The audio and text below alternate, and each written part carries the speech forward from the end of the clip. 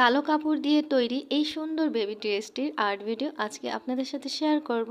এই সুন্দর baby ড্রেসটির video কিন্তু আমার চ্যানেলে দেওয়া আছে, আবারও নতুন করে দিচ্ছি কারণ আমার কাস্টমার আপুরা কিন্তু আমার থেকে নেওয়া সেই সুন্দর ডিজাইনগুলো ঘুরে ফিরে আবারও নিচ্ছে। তো ভাবলাম আপনাদের সাথে শেয়ার করে দিই। ভিডিওটি স্কিপ না করে সম্পূর্ণ ভিডিওটির সাথেই থাকবেন, এতে করে আপনিও শিখে নিতে পারবেন। আর আপনি যদি চান এই গরমে আপনার বেবির জন্য এই সুন্দর বেবি ড্রেসটি আমার কাছ থেকে অর্ডার করে নিতে পারেন।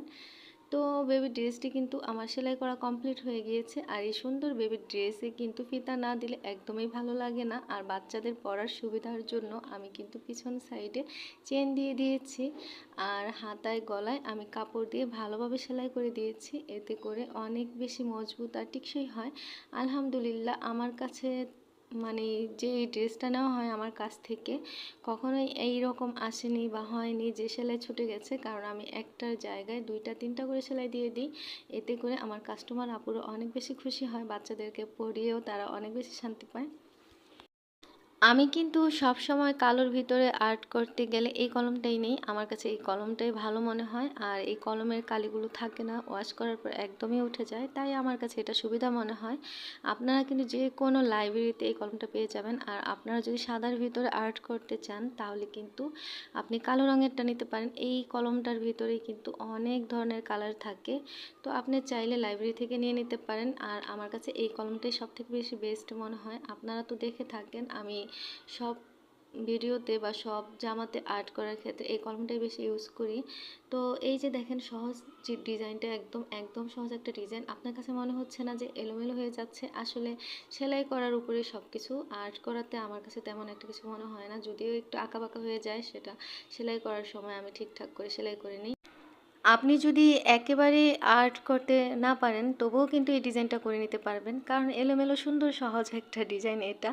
তো অনেকেই কিন্তু আমার ভিডিও দেখেন, ভিডিও দেখে অনেক বড় একটা কমেন্ট করেন, একটা লাইক দেন না। আমি বুঝি না কিছু, কমেন্ট করতে কিন্তু অনেকটা বেশি সময় লাগে, লাইক দিতে সময় লাগে না। তো আপনারা আমার ভিডিওটি দেখার পর যদি আপনাদের কাছে একটুকু ভালো লেগে যায় তাহলে একটি লাইক দিতে ভুলবেন না। আপনার একটি লাইক আমার ভিডিওটি শেয়ারের কাজ করে। একা একা কখনো ভালো কিছু করা যায় না, একে অন্যের পাশে থেকেই কিন্তু ভালো কিছু করতে হবে। তো এই যে দেখেন আপনাদের সাথে কথা বলতে বলতে আমার কিন্তু আর্ট করা অলরেডি হয়ে যাচ্ছে। তো আপনাদের যদি ভালো লেগে যায় প্লিজ আবারও বলছি একটি লাইক দিয়ে দিবেন। আর আপনি যদি আমার চ্যানেলে নতুন হয়ে থাকেন চাইলেই চ্যানেলটিকে সাবস্ক্রাইব করে নিতে পারেন। আর আপনি যদি অলরেডি এই কাজটি করে থেকে থাকেন তাহলে আপনাকে জানাই অসংখ্য ধন্যবাদ। আর আপনি যদি আমার এই ভিডিওটি ফেসবুক পেজ থেকে দেখে থাকেন তাহলে ফলো দিয়ে পাশেই থেকে যেতে পারেন। কালোর উপরে এই বেবি ড্রেসটি সেলাই করতে আমার কিন্তু তেমন একটা সময় লাগবে না। আমি সব সময় একটা বেবি ড্রেস তৈরি করে তারপর অনেকটা সময় ব্যয় করি সুতা ম্যাচিং করার ক্ষেত্রে, কারণ সুতা ম্যাচিং করা এত বেশি ঝামেলা। যারা এই হাতে সুতার কাজগুলো করে তারাই কিন্তু জানে যে সুতা ম্যাচিং করার ব্যাপারটা কতটা কঠিন। তো এই বেবি ড্রেসটার কিন্তু সুতা ম্যাচিং করার কোনো ঝামেলা নেই, কারণ এটা কিন্তু আমার অলরেডি সুতা ম্যাচিং করা আছে এবং সেলাই করা আছে, তো শুধু সেলাইটা করে নেব। আপনারা যদি এই সুন্দর বেবি ড্রেসটির সেলাই ভিডিও দেখতে চান তাহলে অবশ্যই কমেন্ট করে জানাতে পারেন। আসলে কাস্টমার আপুরা যে জামাগুলো কাস্টমাইজ করে নেয়, তারপর পেজ থেকে বা ভিডিও দেখে যে জামাগুলো পছন্দ করে নেয়, সেই জামাগুলো তৈরি করতে কিন্তু আমার অনেকটা বেশি সময় লাগে না।